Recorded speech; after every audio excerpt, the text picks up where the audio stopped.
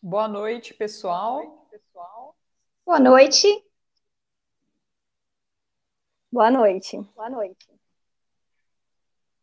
Então, estamos aqui juntinhas para a gente conseguir fazer mais um ciclo de conversas.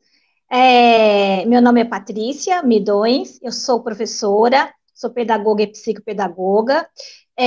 Estamos lançando uma ideia, é um projeto de abrir um canal de conversas com várias colegas, para que cada uma consiga trazer a sua expertise, colaborar com a gente e trazendo boas informações, informações positivas. Hoje, o nosso tema, nós vamos falar sobre os idosos no confinamento. Aí eu vou te levantar 3 questões para a gente conversar. A convidada de hoje é a doutora Luciana Pricoli. Muito obrigada, doutora Luciana, por aceitar o nosso convite e vir falar um pouco da sua... Aqui. Que bom. Eu que agradeço. E também a convidada de hoje, a doutora Luciana Seguro, e também vem conversar com a gente aqui, reumatologista, e falar um pouquinho sobre os idosos. Então, nossas conversas começaram no nosso ambiente de trabalho e também falando sobre nosso cotidiano. E a partir daí, nós lançamos a ideia, então, de termos essas conversas de forma regular, né? Então, assim, diante da situação que a nossa sociedade passa por causa do Covid-19, as nossas preocupações envolvem sempre os nossos familiares, né? Nós somos mães e somos filhas também, professora ou médica. Então, assim, na nossa sociedade, como que nós podemos contribuir com essas informações para que outras pessoas também possam se aproveitar das nossas experiências e passar isso para as práticas delas? Então, por exemplo, no caso, eu vou comentar três aspectos. O primeiro aspecto é sobre as nossas experiências. Eu tenho uma mãe idosa. A minha mãe tem 73 anos. Então, quando nós começamos a ouvir falar sobre o Covid, interessante porque uma das primeiras notícias que a Veja divulgou, por exemplo, 17 de março, né, de 2020, nós tínhamos um total desconhecimento ainda do problema de como era.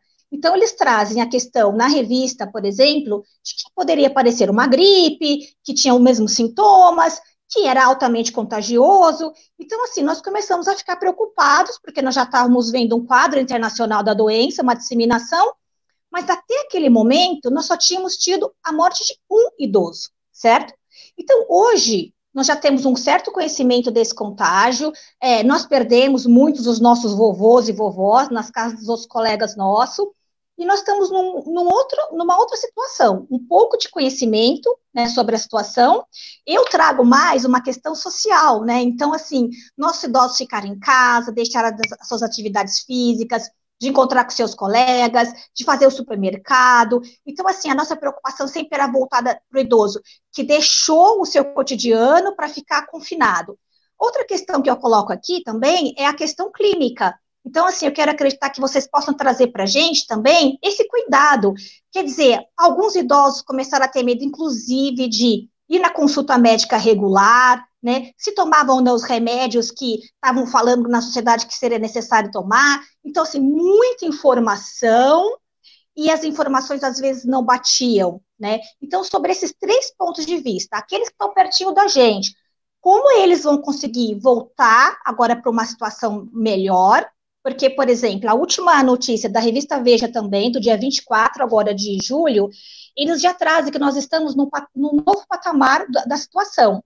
Então, nós temos um quadro onde nós atingimos um platô a partir do meio de junho.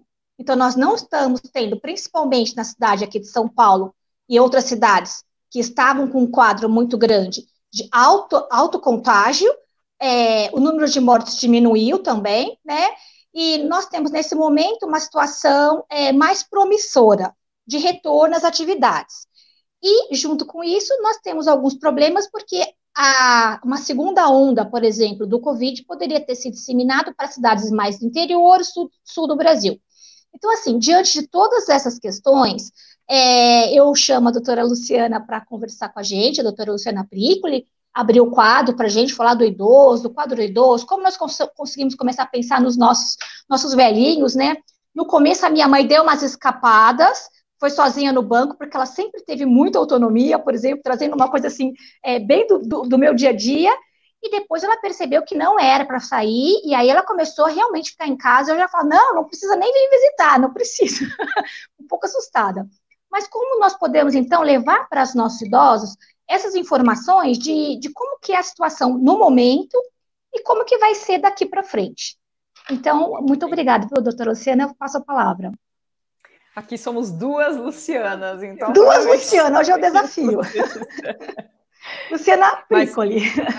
Mas eu até convido a Lu Seguro, que na verdade ela é minha colega de turma, então eu tô acostumada a chamar ela de Luciana, de Lu Parente, porque é o nome de solteiro dela. Ah, é verdade. Então não sei se eu vou conseguir falar Lu Seguro. Ah, tá bem. A nossa ideia é fazer, inclusive, eu vou conversar algumas coisas, mas, Lu, tudo que você tiver para acrescentar ou para comentar, por favor, pode me interromper. Pati, o que nós achamos mesmo é que nós estamos num momento de um grande desafio para conseguir conciliar a segurança dos idosos, porque nós ainda estamos no meio da pandemia. Essa infecção vai conviver conosco por um bom tempo, até que haja uma vacinação em massa. Nós realmente vamos precisar conviver com o vírus.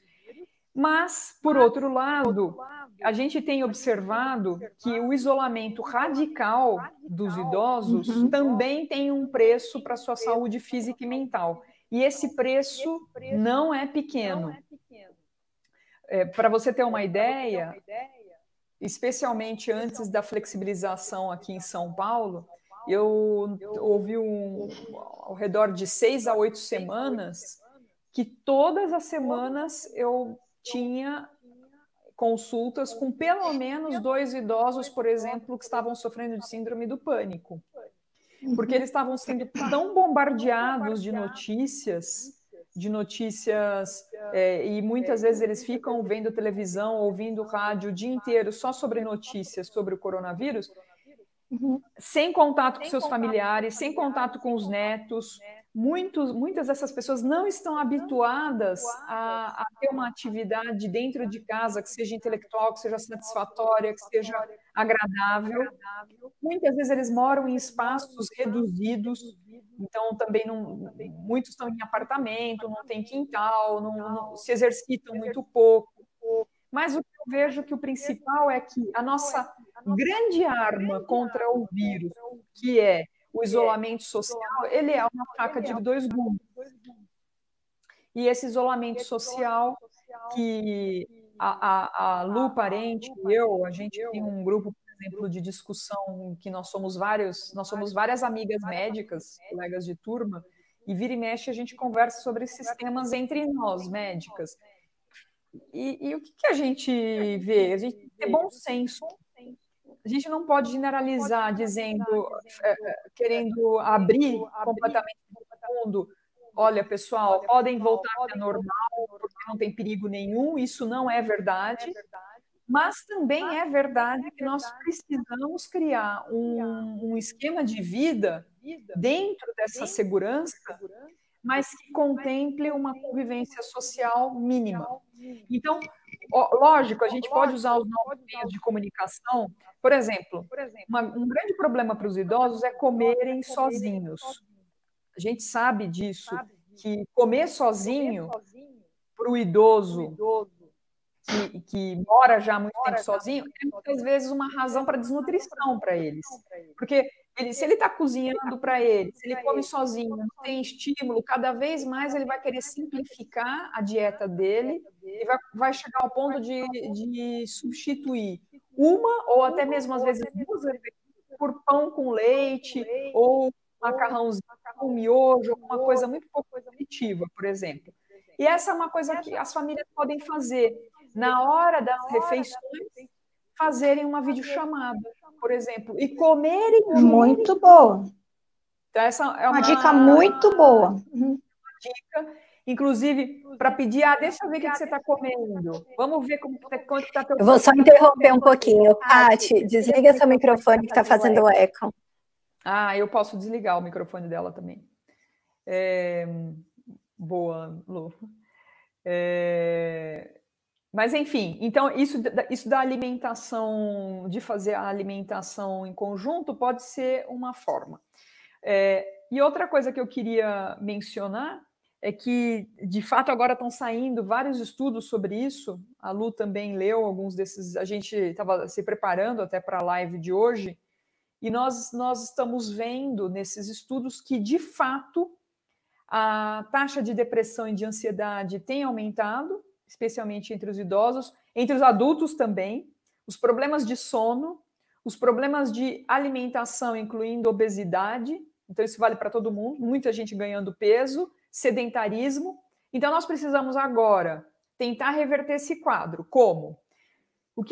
Aqui entra um ponto importantíssimo. O nosso ponto importantíssimo é, a Paty caiu, eu não sei o que aconteceu aqui, que ela saiu da... Mas a Lu e eu vamos tocando. Uma coisa importante, deixa eu adicionar aqui a Paty. Uma coisa importantíssima é que a gente pense o seguinte: há situações que a saída de casa são inadiáveis, são importantíssimas, e há aquelas que não é necessária. Então, uma coisa que eu gostaria de propor para todo mundo é pensar, especialmente no caso dos idosos, pensarem: será que eu posso me encontrar com meus familiares, fazer uma refeição com os meus familiares, com os filhos, com os netos? Acho que essa é uma grande dúvida que muita gente tem. Então, a resposta é: depende, avalie os seus riscos. Então, quais são as situações que a gente sabe que estão relacionadas com maiores ou menores riscos? Então, se o encontro com outras pessoas é feito ao ar livre, o risco é menor. O número de pessoas que participam da reunião. Então, se a gente vai se encontrar com 2 pessoas, com 4 pessoas, é diferente de 10 pessoas, de 20 pessoas. Então, quanto maior é o número de pessoas com quem a gente vai se encontrar, o risco é maior. Quanto maior o tempo em que a gente permanecer juntos, o risco é maior. Quanto maior a proximidade física. Então, se é possível a gente... Então, pessoas que moram na mesma casa, elas podem estar agrupadas, não tem problema, sem distanciamento. Mas se eu vou me encontrar com pessoas de outra casa, que moram em outra casa, é desejável que a distância seja de pelo menos 2 metros. Lembrando que todo mundo de máscara. Então, esse tipo de encontro social é possível. É possível, então, encontrar com os netos, com os filhos? Pense nas circunstâncias de saúde desse idoso. Quando eu falo circunstâncias de saúde, é física e mental. Se eu colocar na balança, não, ele tem doenças físicas muito graves, ele está com uma situação de fragilidade, se der um petelequinho, essa pessoa, esse idoso pode morrer. Então, talvez seja preferível ser mais prudente. Mas não, goza de boa saúde. E, além do que, posso encontrar com os meus familiares, por exemplo, no jardim, ao ar livre. Então, são coisas de bom senso que a gente pode flexibilizar. Lu, você quer completar alguma coisa?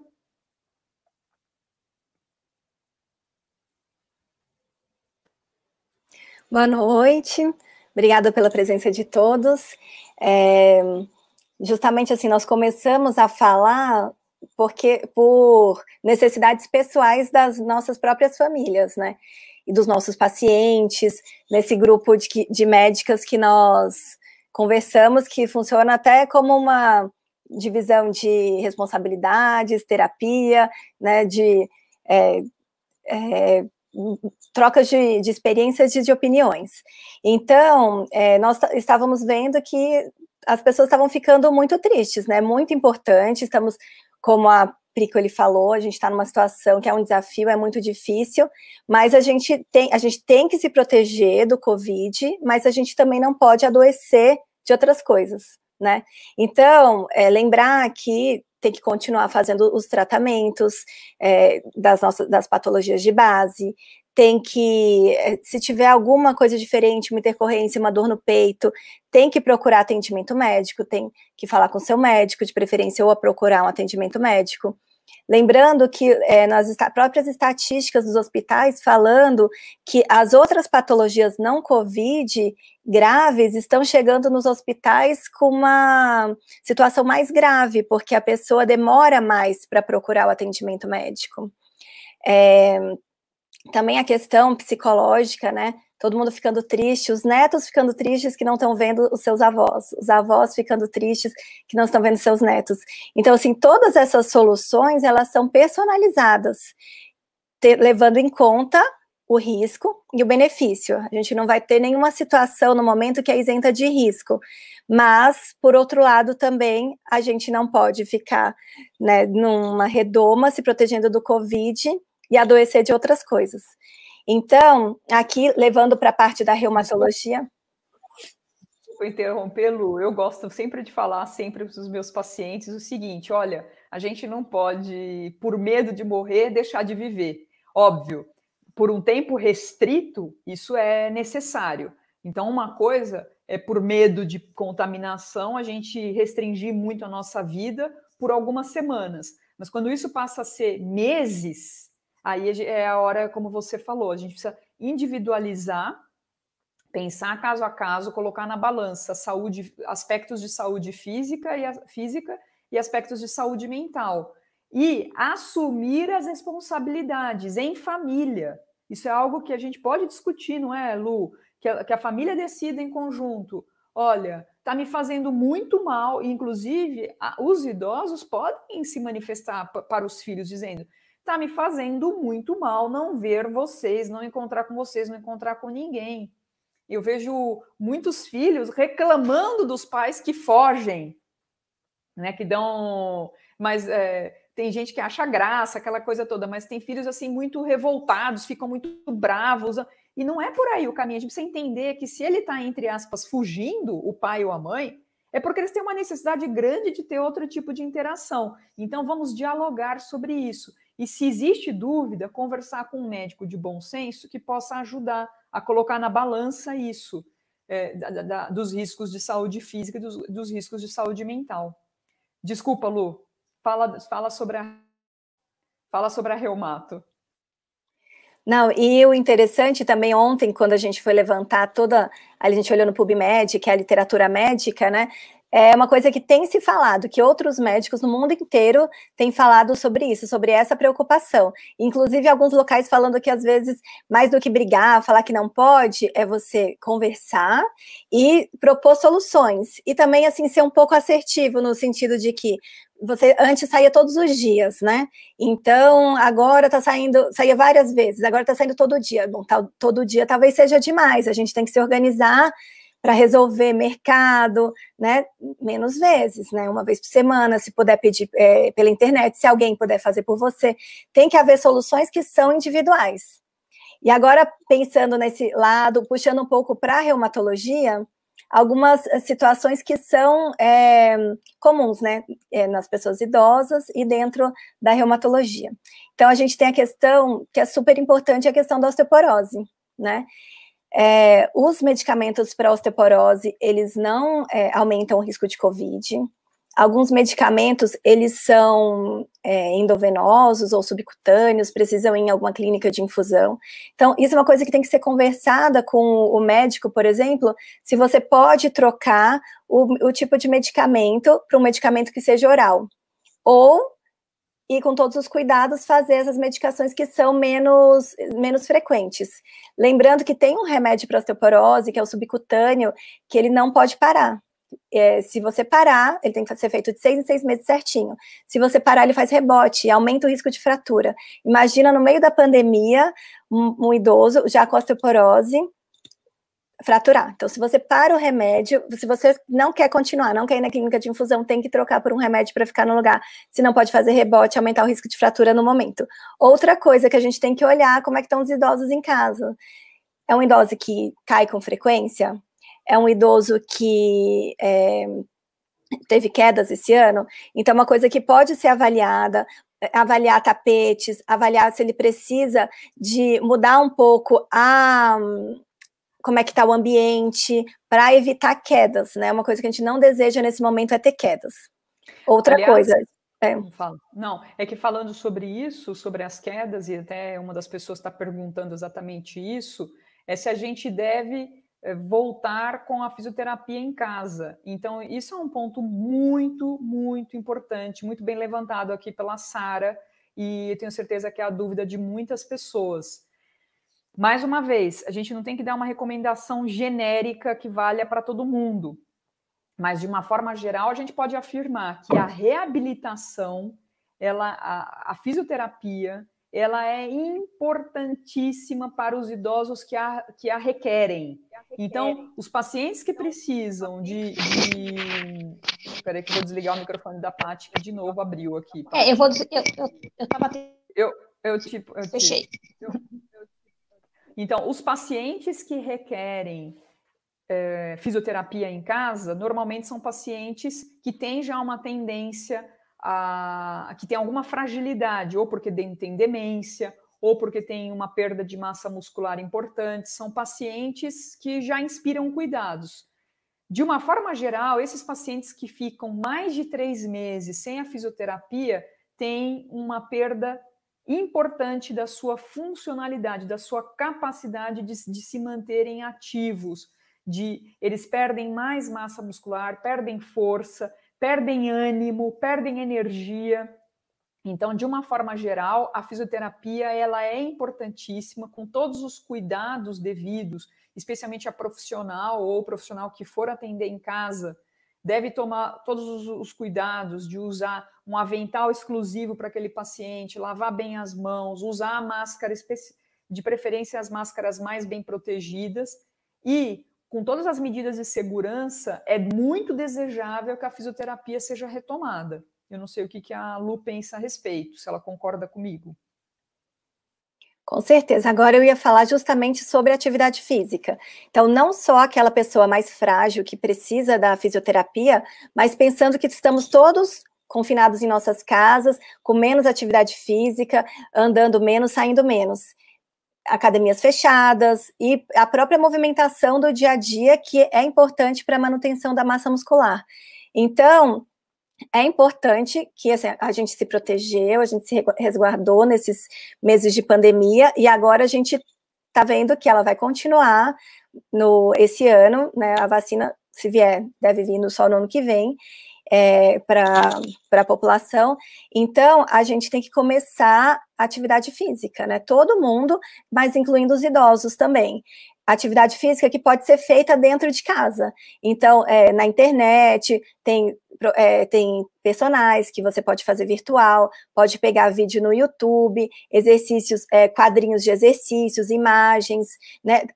Tem várias soluções que podem ser feitas, mas tem que começar uma atividade física para manutenção de massa muscular, porque a gente não pode ficar o ano inteiro sem fazer atividade física, senão a gente vai sair da pandemia, né, protegido do Covid, mas com menos massa muscular. Quando você perde massa muscular, isso afeta em várias coisas da saúde. Você acaba perdendo massa óssea também, e também, se você fica mais tempo parado, vai alterar equilíbrio. Tem a questão da alimentação, né? É interessante que, assim, quando a gente fica numa situação de estresse, ansiedade, a pessoa que está com sobrepeso tem uma tendência a aumentar o peso. Então, a gente tem que cuidar da alimentação, tanto no sentido de não ser um momento que a gente vai ganhar peso, piorar a parte metabólica, colesterol, glicose, síndrome metabólica, e também, por outro lado, as pessoas, né, os idosos frágeis, que já são mais magrinhos, que têm osteoporose, também, quando ficam ansiosos e numa situação de estresse, têm a tendência a perder peso. Inclusive, um dos artigos que eu li falava que era uma situação de alerta. A pessoa que já é magrinha, né, que já tem osteoporose, se você perdeu, nesse período, de 2 a 3 quilos, já é um sinal de alerta que você pode estar perdendo massa muscular e massa óssea. Então, nesse sentido, a gente tem que tomar cuidado na alimentação, tanto no sentido da gente não piorar a questão metabólica, não, né, ficar acima do peso, mas também a pessoa que tem uma baixa massa muscular, baixo peso e osteoporose, não pode emagrecer também. Então, tem que se alimentar bem, com proteína, lembrar, né, tem perguntado bastante da questão da vitamina D, né, a vitamina D não tem nada comprovado especificamente para o COVID, mas nesse momento, assim, ela tem vários benefícios no sistema imunológico, nas células do sistema imunológico, e muitos benefícios confirmados para o osso. Então, é um momento também que as pessoas não estão saindo de casa, não estão pegando sol, e estão ficando mais paradas. Então, também lembrar que a vitamina D tem que estar boa. Isso é bem legal, né, Lu, de falar, porque, primeiro que, assim, existe um modismo com relação à vitamina D, que a gente não pode também exagerar nesse ponto, mas a vitamina D, de fato, é uma das vitaminas que a gente mais necessita repor. Eu vejo muito entre os idosos as pessoas terem a tendência de comprarem por conta própria polivitamínicos, que, na verdade, em geral, quase sempre não servem para nada, porque quem tem uma alimentação balanceada, ou são pessoas saudáveis, em geral, não precisam desses polivitamínicos. Agora, se tem uma vitamina que realmente precisa ser reposta, é a vitamina D, porque todos nós temos a tendência a ter vitamina D baixa. Então, a gente não pode dizer que a vitamina D previne a infecção do coronavírus, ou seja, ela não é solução, a gente não pode vender dessa forma, mas nós sabemos que há estudos que estão associando que as pessoas que têm baixa vitamina D têm mais risco de contrair a doença em formas mais graves. Então, isso significa que eu tenho que tomar vitamina D para me prevenir? A gente não pode concluir isso ainda. Nós precisamos de estudos mais fortes, mais amplos para concluir isso. Mas fica a dica que a vitamina D, ela realmente tem que ser reposta.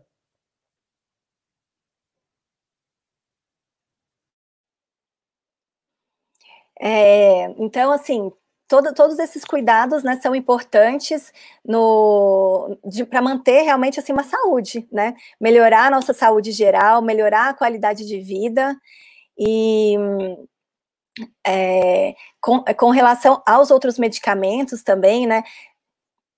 Doenças mais específicas, medicamentos que não podem ser parados, né? Eu já vi pacientes que começou a pandemia do Covid, pacientes que pararam por conta própria medicamentos, às vezes imunossupressores, mas também medicamentos para outras doenças, com medo de que aquele medicamento fosse piorar a situação caso a pessoa pegasse a infecção por Covid. Lembrando que muitos medicamentos não podem ser parados de uma hora para outra, inclusive imunossupressores, corticoide, né? E sempre a pessoa que se está incomodado, está em dúvida, está angustiado, se aquele medicamento é, né, adequado nesse momento de pandemia, que possa conversar com o seu médico e não deixar de tomar seus remédios com medo e no final ficar cuidando do Covid e piorar da sua outra patologia. Então, todos esses cuidados são importantes e a gente tem que agora priorizar para a gente ter qualidade de vida. Sim, e aliás, falando sobre isso, tem uma pessoa aqui perguntando sobre a vitamina D, se só o sol é razoável, só o suficiente, e é importante a gente lembrar uma coisa, para que a gente conseguisse uma dosagem, uma quantidade de vitamina D adequada, a gente precisaria se expor ao sol não por muito tempo, são 5 a 10 minutos por dia, mas a gente tem que estar com quase o corpo todo exposto, porque depende do tamanho da superfície que está exposta ao sol. Então, a gente sabe que, na maior parte das vezes, as pessoas não conseguem a exposição adequada por causa disso. E quanto mais escura for a pele, mais difícil, ou seja, mais tempo de exposição seria necessário, porque a melanina, que escurece a pele, ela também impede a ação do sol e da transformação na pele da vitamina D. Então, por causa disso, a maior parte das populações, tanto nos países com menos luminosidade, quanto nos países tropicais, boa parte das pessoas hoje é deficiente de vitamina D. Então, na maior parte das vezes, tem sido necessário fazer a reposição através de comprimidos, ou gotas, né? Mas a boa notícia, quer dizer, a boa notícia não, o que eu sugiro para facilitar é que isso seja feito com acompanhamento médico, porque se a gente dosa a vitamina D, de acordo com a dosagem no sangue da vitamina D, a gente tem noção do quanto que aquela pessoa precisa de reposição. Às vezes tem pessoas que só com o sol estão sendo suficientes, muito, muito bem, obrigado, e tem pessoas que não, que estão com uma deficiência, às vezes, bem grave e que precisam de uma quantidade grande de vitamina D. Então, essa é um dos acompanhamentos que tem que ser feito, por exemplo, no tratamento da osteoporose ou da osteopenia, que a Lu Parente acabou de falar.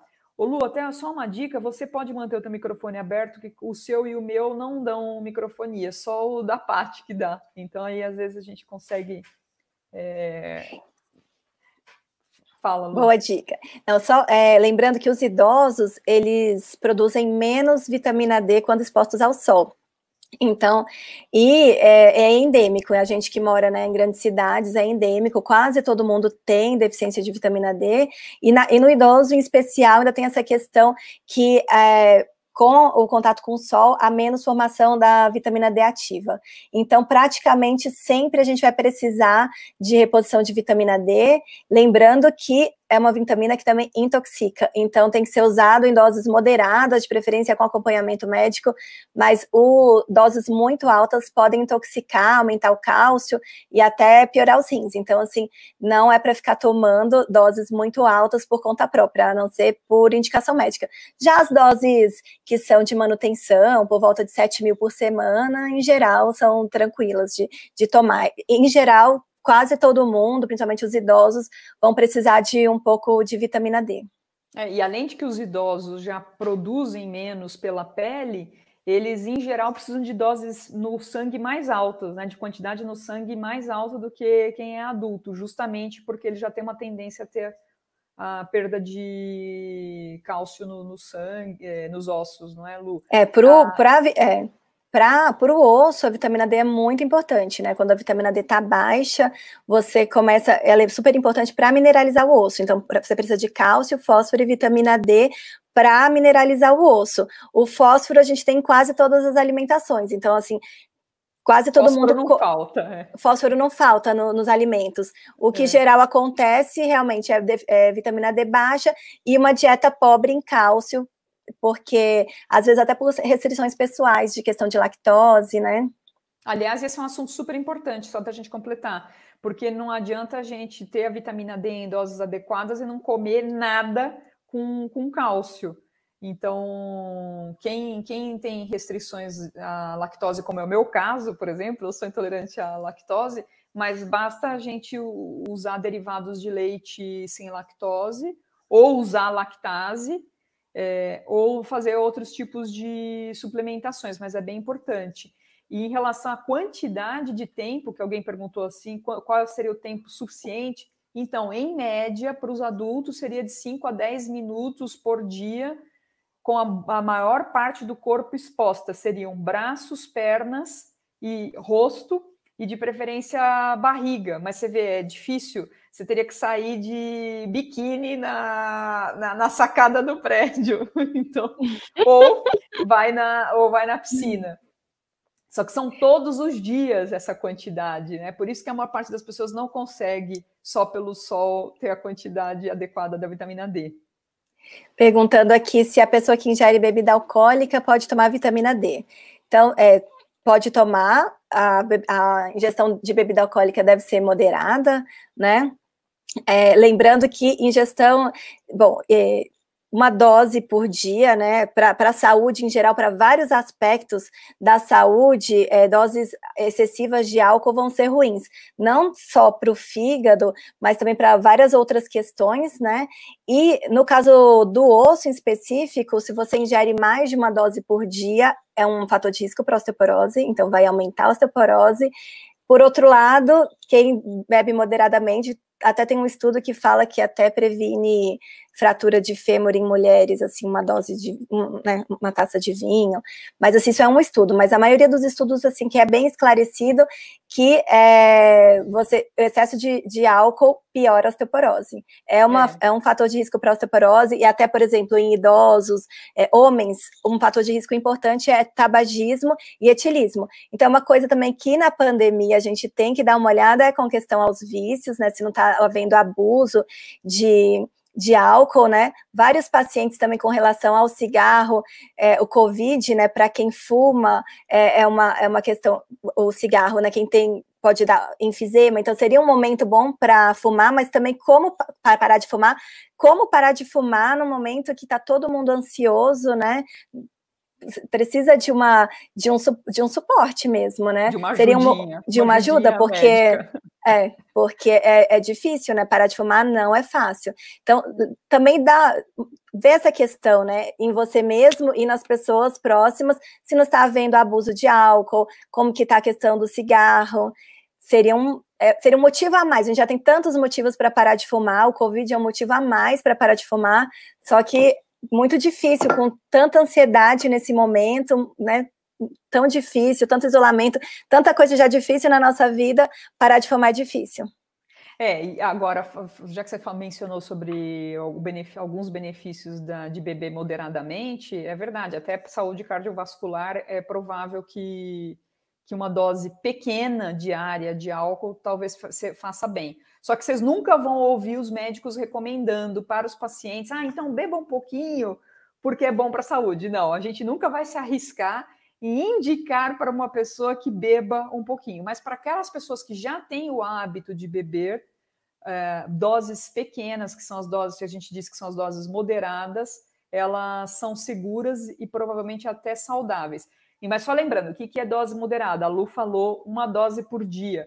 Uma dose por dia para mulheres ou 2 doses por dia para homens, porque o fígado do homem ele consegue metabolizar o dobro do que o fígado da mulher consegue. Então, aliás, muito cuidado com as mulheres que bebem igual aos homens. Não devem beber. Mulher precisa beber menos do que o homem. E o que é uma dose? Uma dose é uma taça de mais ou menos 120 ml de vinho, ou seja, de bebida de vinhos, ou 300 ml de cerveja, ou 30 a 40 ml de destilado. Isso é uma dose, ou seja, isso você poderia beber uma vez por dia, e só. Mais do que isso já começa a ser abusivo. Isso no caso das mulheres. Lembrando que os homens têm a capacidade de chegar ao dobro disso. Então, na dúvida é uma taça de vinho, ou uma latinha de cerveja, ou uma dose pequena, que é aquele dosador pequeno, a metade daquele dosador de uísque, por exemplo. Isso se você não tiver problema no fígado, né?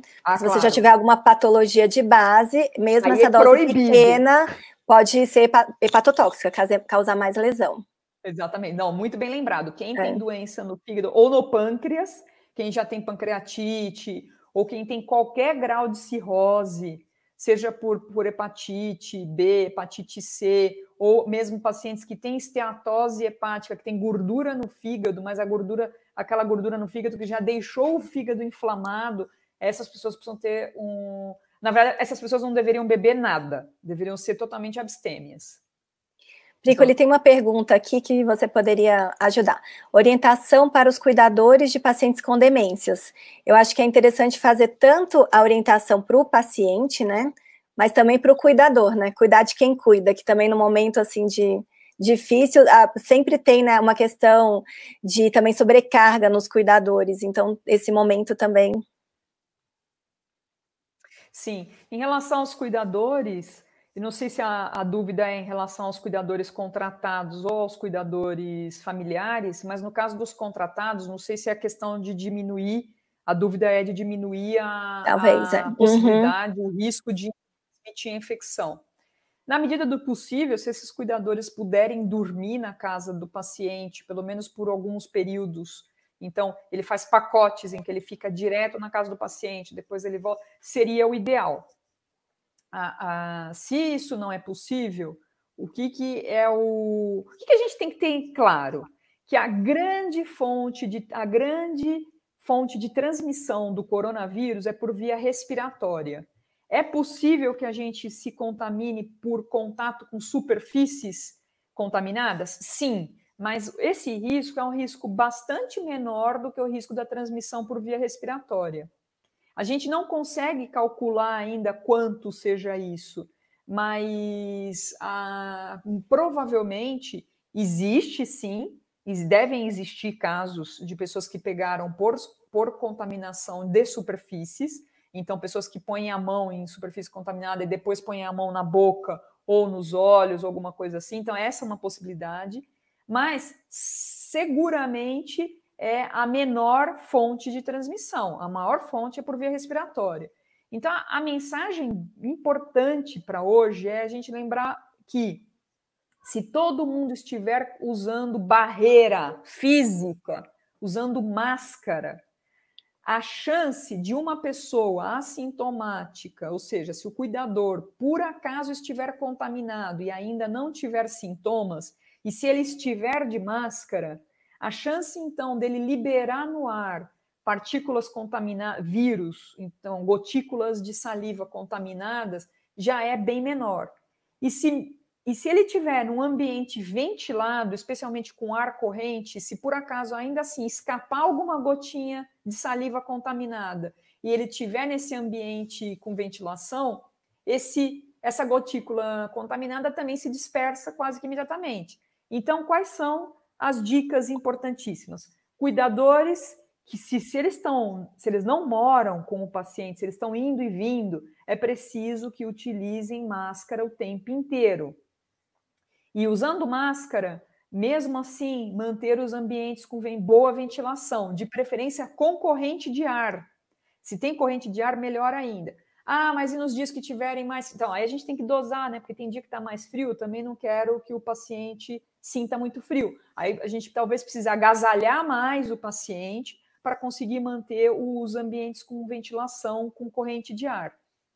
E por fim, aquilo que você comentou, né, Lu? É preciso também a gente cuidar da saúde mental dos cuidadores. Muitas vezes os cuidadores, especialmente os cuidadores familiares, são os que têm mais riscos de estarem sofrendo de estresse nesse momento, porque eles estão enfurnados, muitas vezes com menos ajuda doméstica, com menos ajuda com os cuidados para o paciente, e aí, nesse caso, os outros familiares precisam observar se esse cuidador familiar direto, ele não precisa de um alívio, não precisa ser substituído de alguma forma.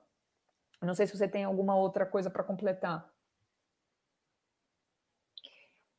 Não, só lembrando desses cuidados, né, e lembrando das soluções que são personalizadas e que cada um deve avaliar no seu caso, na sua família, mas bem falado isso que você falou, observar se é possível ficar mais tempo o cuidador, né, tomar cuidado com aquele cuidador que vem e volta, ou que vai até para outras casas, ou até que trabalha em hospitais, né, porque a gente conhece no dia a dia, não sei como é que está na pandemia, se as familiares estão conseguindo evitar isso, mas muitas vezes o cuidador é auxiliar e trabalha em serviços de saúde, né. É verdade. E, aliás, essa é uma dúvida que as pessoas têm. Se porventura o cuidador ou um funcionário tiver em contato com algum familiar ou com alguma pessoa que seja um caso confirmado, como é que a gente deve proceder? Isso vale para todo mundo. Todo mundo que tiver contato com uma pessoa que seja Covid confirmado, teoricamente, é desejável que essa pessoa fique em isolamento por 14 dias. Então, todo mundo que tem contato com pessoas confirmadas devem ficar em isolamento por 2 semanas. O que a gente tem visto, inclusive, se alguém quiser ler a respeito, o CDC, o site do CDC dos Estados Unidos, inclusive ele tem em língua inglesa e em língua espanhola, eles já estão dando orientações bastante concretas agora, porque com o andar da carruagem, com esses nossos meses de pandemia, já deu para aprender bastante sobre o vírus. Ainda a gente tem muitas incertezas, mas algumas coisas a gente já tem aprendido. E uma das coisas que a gente tem aprendido é que provavelmente uma pessoa que começa a ter sintomas de Covid, ela provavelmente pode transmitir para outras pessoas até 6 a 7 dias. Depois disso, ela já provavelmente, mesmo que ela permaneça com sintomas, ela já provavelmente não libera vírus viáveis, né? Vírus com capacidade de contaminar outras pessoas. Então, por que isso é importante?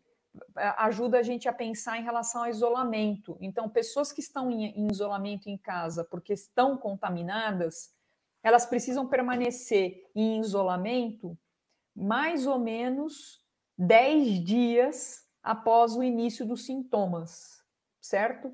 Pessoas que ficaram com quadros graves, especialmente aquelas pessoas que precisaram de internação hospitalar, essas devem permanecer em isolamento até 20 dias, pelo menos 20 dias depois do início dos sintomas. Obviamente que para a pessoa sair do isolamento, ela não pode mais estar apresentando febre há pelo menos 24 horas e nem grandes sintomas. Então, uma tossezinha residual, ou seja, um restozinho de algum sintoma, pode haver, mas tem que ter havido melhora do quadro clínico. Se a pessoa está com um quadro clínico muito exuberante ainda, Aí é melhor que se mantenha em isolamento. Por isso, na dúvida, deve consultar algum médico. Mas... Eles falam nesses dias e 3 dias sem sintomas. Ainda mais que a gente está falando da população que é de mais risco para Covid, que são os idosos, né? Então, dentro dos fatores de risco para você ter uma gravidade no Covid, a idade é um dos principais fatores, e quanto maior a idade, maior o risco. Então, também tem essa questão, né? Que tem essa orientação geral, mas se você está querendo prevenir uma infecção de uma pessoa de muito alto risco, eu acho que a gente deve prevenir, né, pecar pelo excesso, ainda mais num caso de uma infecção confirmada. Sim, concordo com você. Mas é porque muita gente está nessa dúvida, né, de o que fazer. Então, tem que ter, agora era 14 dias, já tem gente, né, diminuindo para 10, mas eles falam 10, e 10 dias e 3 dias sem sintomas. Isso num geral, né? Então, e ser bem rígido no caso de ter contato com uma pessoa de risco. Isso. E quem tem contato com casos confirmados precisa se manter isolado, porque se você pode ter pego, você pode ser assintomático ou você pode ser pré-sintomático, você ainda pode vir a desenvolver os sintomas. Então, é necessário ficar em isolamento quando teve contato próximo com essas pessoas. Contato próximo é pelo menos mais de 15 minutos de convivência com essa pessoa falando sem nenhum tipo de proteção e, por exemplo, sem guardar o distanciamento ou em ambiente fechado. Então, isso é um contato próximo. Alguém aqui está perguntando sobre o uso de elevadores e se é seguro. O que os edifícios têm recomendado é bastante razoável, que não entrem pessoas de famílias diferentes na mesma viagem de elevador, né? Que sejam só pessoas que convivem, que estão na mesma casa, e todo mundo que estiver no elevador precisa estar usando máscara, justamente para você não deixar dentro do elevador ar contaminado. Olha, gente, se todo mundo usar máscara com muita seriedade, a gente diminui muito a presença de vírus no ar. Não tem dúvida isso. É preciso criar essa responsabilidade. Aliás, a gente precisa criar essa responsabilidade não só por causa do Covid, porque o brasileiro, em geral, tem pouco cuidado com infecções respiratórias. E o Covid hoje é um grande problema. Mas quantas pessoas pegam gripe e não precisavam pegar gripe? Ou resfriados mesmo causados por outros vírus, mas que baqueiam as pessoas, fazem com que as pessoas percam produtividade, percam dias de trabalho, passem mal, fiquem na cama, tem que ir para o hospital. Então, se a gente conseguir criar essa cultura do uso de máscara quando nós estamos doentes, permanecer com isso depois que passar a pandemia, isso vai ser muito bom para a nossa sociedade de uma forma geral, para a saúde de uma forma geral. Dentista é a situação de mais risco para os idosos? Olha, aí sim, a gente tem que ver se é necessário fazer esse tratamento dentário. Se for necessário, porque muitas vezes sim, são os cuidados de sempre. O dentista vai estar usando máscara, o dentista em geral já usa máscara, ele já toma muito cuidado com higiene, dentista. Graças a Deus, aqui no Brasil, os dentistas são bastante higiênicos. Então, o paciente vai ficar lá bastante tempo exposto. É sim um risco aumentado. Assim, pelo bom senso, dá para a gente pensar que é um risco. Mas se é necessário fazer o tratamento, que faça. O dentista, o dentista tem que estar protegido, porque ele é o que tem mais risco até de pegar, ele vai estar com todos os seus pacientes sem máscara, respirando naquele ambiente perto dele. Então, eu fico até pensando, o dentista que é de risco está numa situação muito difícil no momento. Agora, talvez tentar conversar com o dentista do paciente de risco, seu primeiro atendimento da semana seria até melhor, né? Mas pelo menos o primeiro atendimento do dia, pensando que os pacientes que vão lá vão ficar com a boca aberta, respirando sem máscara. Então, vai ser um ambiente, né? Então, se você conseguir, assim, se for necessário o tratamento e você conseguir conversar com o seu dentista para você ser o primeiro atendimento do dia ou até mesmo da semana, é uma situação bem melhor, né? Porque aí Aliás, o dentista e o funcionário vai estar de máscara, só quem vai estar sem máscara é o paciente. Mas você vai ter vários pacientes sem máscara ao longo do dia. Então, realmente, se for necessário, e tentar conversar para ir nesses horários que vão estar com o ar mais livre de mais vírus, limpo, né?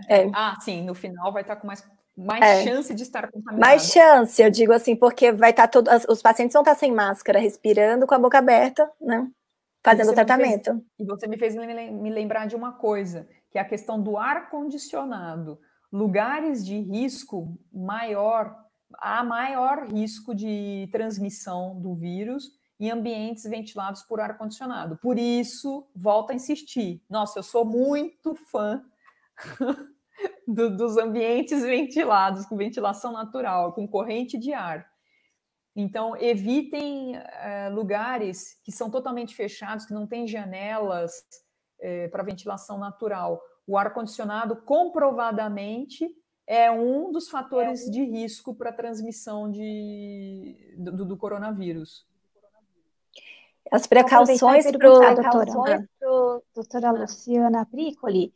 No caso, por exemplo, a ideia de começar a passear com os idosos, aqueles que não são de risco, lugares abertos, como o parque, a senhora recomenda que eles possam ir um pouquinho no parque para eles começarem já a sair de casa, desse confinamento, esticar as pernas, andarem no sol? Essa recomendação, ela é viável? Eu acho, Paty. Aliás, para os meus pacientes, eu tenho recomendado que retornem façam sempre com máscara, mantendo distância das outras pessoas. Mas, como eu disse, ao ar livre, e se está todo mundo de máscara, o risco de transmissão é muito baixo. Como a Lu Parente disse no começo da live, ninguém pode garantir risco zero. É impossível a gente garantir risco zero. Mas a gente tem que colocar na balança. As pessoas precisam se exercitar, precisam arejar a cabeça, precisam fortalecer o músculo, precisam ver outras pessoas, precisam conviver e precisam voltar minimamente ao normal. Ainda que seja um normal diferente de antes, a gente precisa recuperar uma certa rotina. Então, para boa parte dos meus pacientes, com raríssima exceção, eu tenho indicado, eu tenho recomendado, sim, que voltem a fazer as atividades ao ar livre. E aí, aproveitando, boa, nós tivemos. Só vou aproveitar já nessa conversa. A última pergunta. Então, idosos que precisam sair, então, para ir ao médico, ou que, por exemplo, vão sair para fazer uma atividade física. Qual as precauções ao voltar para casa? Lavar toda a roupa, banho, limpar os sapatos? Quer responder? Eu falo.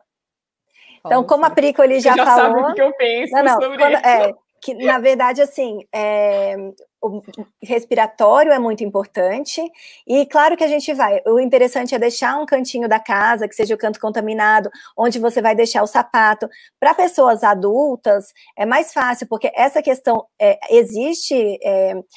a infecção pelo contato, mas o mais importante é o respiratório. Então, se você é uma pessoa que vai chegar, vai lavar a mão, então tem que trocar de roupa, tirar os sapatos, deixa num cantinho, pode limpar, mas pode deixar num cantinho que você vai considerar o contaminado da casa, lavar a mão com certeza, e de preferência, se for possível, assim, vai trocar de roupa, vai lavar a mão, mais importante, lavar, de preferência tomar banho, mas se não for possível tomar banho, lavar a mão, lavar um pouquinho mais o braço, porque o contato, como que a gente vai pegar a infecção? É se a gente levar a mão contaminada ao rosto, né, aos olhos, ao nariz, à boca. Então, é muito importante, inclusive, frequentemente, ao longo do dia, a gente lavar a mão, passar álcool gel, para justamente a gente estar sempre com essa mão limpa, caso a gente encoste ou na máscara, lembrar sempre antes de manipular a máscara, limpar a mão antes de mexer na máscara.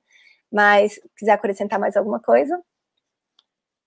Não, eu concordo com você, que eu sempre insisto que a principal fonte de transmissão é respiratória.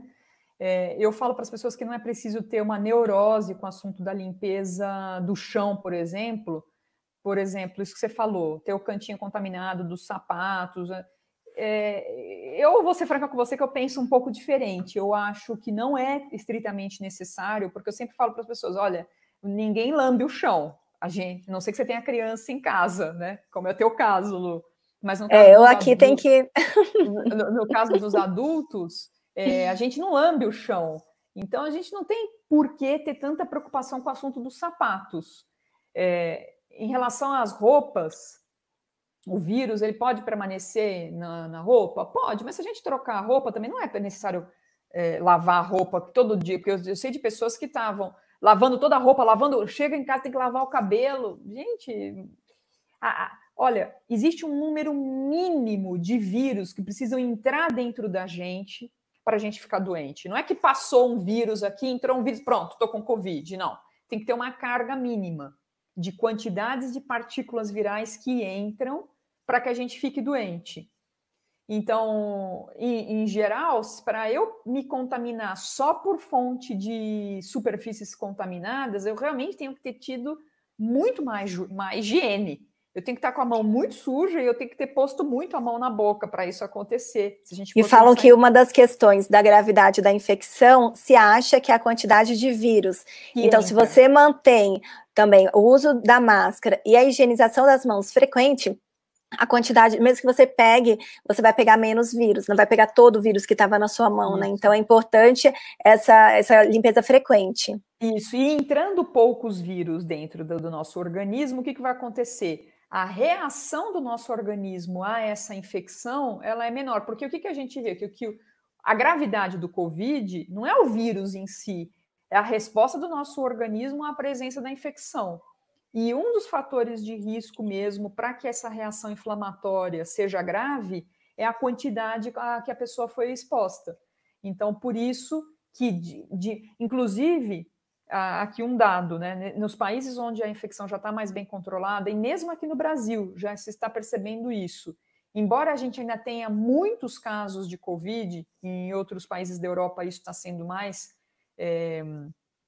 perceptível, ainda que as pessoas continuem pegando a infecção, elas estão tendo quadros menos graves. E por que estão tendo quadros menos graves? Provavelmente porque, ainda que elas estejam pegando a infecção, elas estão pegando uma menor quantidade de vírus, por causa dos cuidados gerais.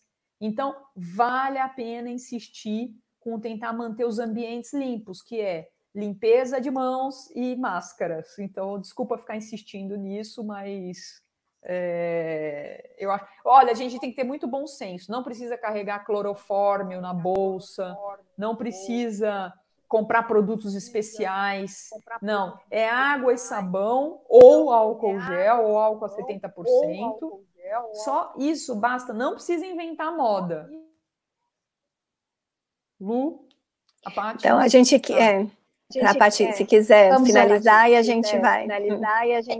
E vou começar a encerrar a nossa conversa, que é ótima, eu acho que foi muito produtiva, as informações que vocês trouxeram, para todos nós cabe as informações, né? Então, assim, é impressionante como eu aproveitei isso e como é que eu consigo pensar no meu dia a dia com a minha idosa em casa, e eu espero que todos também tenham gostado muito. Quero agradecer a doutora Luciana Bricoli, que abriu a oportunidade de eu falar no canal dela. Quer dizer, foi uma das lives mais fáceis que eu fiz até hoje, porque eu mesma precisei fazer as poucas perguntas, vocês trouxeram todo o conteúdo, e então eu quero agradecer, quero convidar a todos para conhecer o nosso canal. Doutora Luciana Seguro é a nossa consultora em saúde, a Alessandra Vasconcelos, que está acompanhando com a gente, é a nossa consultora em comunicação. Temos mais de 20 pessoas atualmente ajudando a gente, apoiando o projeto, e o projeto vai se chamar Patrícia Convida, tá? Então, assim, a ideia é trazer outros profissionais da sociedade para conversar com a gente, e nós temos outra live semana que vem, eu acho que eu já vou aproveitar aqui para anunciar, vai ser uma infectologista e uma pediatra, e elas vão conversar justamente sobre as nossas crianças. Agora a gente volta de novo um pouco para a infância, e falar sobre isolamento social com crianças. Imaginem que, se falamos de adultos, às vezes a gente tem uma marquinha no chão, um X, e de repente a gente vê dois adultos em cima da mesma marquinha conversando. Imagine fazer esse isolamento com crianças, e também começar a trazer a questão da volta às aulas. Então, as duas profissionais convidadas, a doutora Bianca Mazzaropi Mioto, pediatra e nefrologista, vai conversar com a gente semana que vem, e a doutora Vivian Avelino Silva, infectologista, tá bem? Então, aguardamos a todos no nosso canal, e muito obrigada, doutora Luciana Bricoli, doutora Luciana Seguro, pela live de hoje. Obrigada pela oportunidade, pela participação, foi um prazer. Foi um prazer também, justamente a gente conversando, a gente queria trazer justamente questões que são nossas também, são angústias de todos, né? E tentar viver, né, nessa fase tão difícil da vida, mas da melhor forma possível, né? O vírus está aí, ele ainda vai ficar um tempo, a gente tem que tomar os cuidados, mas a gente tem que saber como que vai ser a melhor forma que a gente pode viver nesse momento. Cada um com suas... personalizando na sua casa como que vai ser a melhor forma. Então, a gente quis partilhar isso com vocês. O importante é ter prudência e bom senso. E sempre levar em conta como é que o idoso está se sentindo, né? Sem dúvida. Então, lembrar disso. Muita regra, mas a gente também tem que pensar no bem-estar, na saúde, voltar a fazer atividade física, não pode ficar parado. São as mensagens que a gente quis trazer. Boa noite, obrigada pela presença. Muito obrigada, boa noite. Boa noite.